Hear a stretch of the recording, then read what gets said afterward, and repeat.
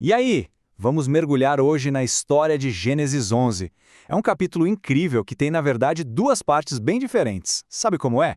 Começa com a humanidade inteira unida num projeto gigantesco e termina com o foco se fechando numa única família que vai dar o pontapé inicial numa linhagem que, olha, vai mudar tudo. Vamos nessa?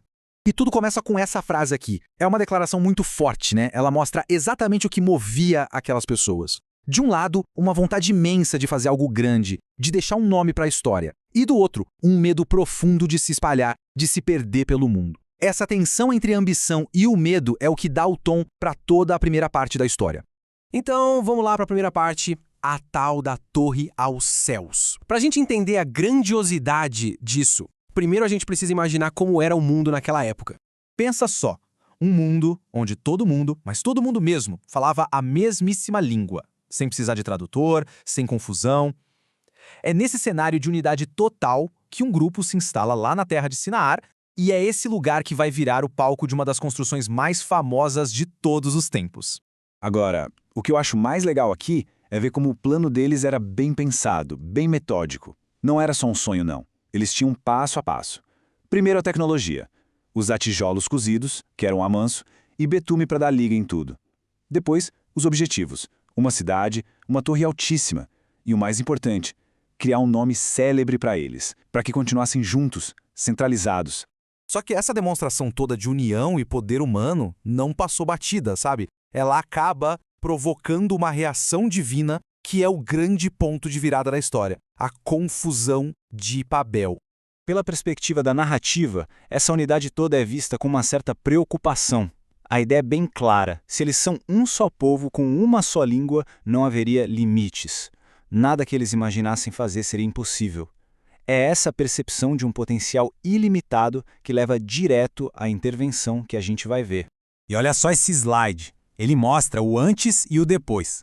É um contraste gritante. A mudança foi total e imediata. De um povo unido para um povo espalhado. De uma língua só para um monte delas. A construção para no meio e aquela ambição que unia todo mundo se transforma na razão da dispersão. É uma baita ironia. O projeto para evitar que se espalhassem foi o que causou exatamente isso.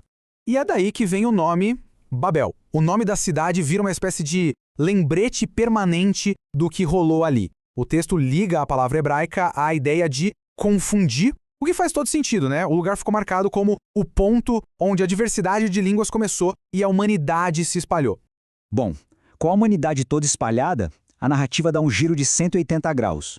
A câmera, vamos dizer assim, sai da história de todo mundo e dá um zoom bem fechado numa linhagem super específica, a de Sem. A partir daqui, a história que era universal vira a história de uma família. Vamos seguir essa linha do tempo rapidinho. O texto nos leva geração por geração. Começa com Sem, 2 aninhos depois do dilúvio. Aí ele tem Arpaxade, que depois de 35 anos tem Selá, que depois de 30 anos tem Éber, e assim por diante. Cada nome é um elo nessa corrente, uma passagem de tempo que nos leva passo a passo de um ancestral lá do início até um homem chamado Tera. E só pra gente ter uma noção do tempo que isso tudo levou, o texto menciona que Sem, o ponto de partida dessa lista toda, viveu 600 anos. 600! É uma vida que viu várias dessas gerações que a gente acabou de passar nascerem e crescerem. E pronto, chegamos ao final daquela longa linha do tempo. O foco da narrativa agora é total no último nome da lista, o patriarca Tera. É com ele e sua família que uma nova jornada está prestes a começar. Então vamos conhecer os personagens dessa nova fase. Tem Tera, o paizão, com seus 3 filhos, Abrão, Naor e Harã. Aí tem o Ló, que é filho de Harã, então neto de Tera. E as noras, Sarai e Milca, também são apresentadas. O que é interessante aqui é como a família é toda conectada, às vezes de um jeito que hoje a gente acharia complicado. Mas aí no meio da apresentação da família, o texto solta uma informação que parece aleatória, mas que é na verdade fundamental. Sarai, a esposa do Abrão, que é o filho principal, era estéril. Ela não podia ter filhos. Esse detalhe cria uma tensão na história que vai ser super importante para tudo o que acontece depois. E o movimento começa. A família toda, com Tera na liderança, bota o pé na estrada e deixa a cidade deles, Ur dos Caldeus. E o texto faz questão de lembrar que aquele lugar era marcado por uma perda. Foi lá que Harã, o filho de Tera, tinha morrido. Eles tinham um destino bem claro em mente, a terra de Canaã. Só que por algum motivo a viagem é interrompida. Eles param e se estabelecem numa cidade chamada Harã.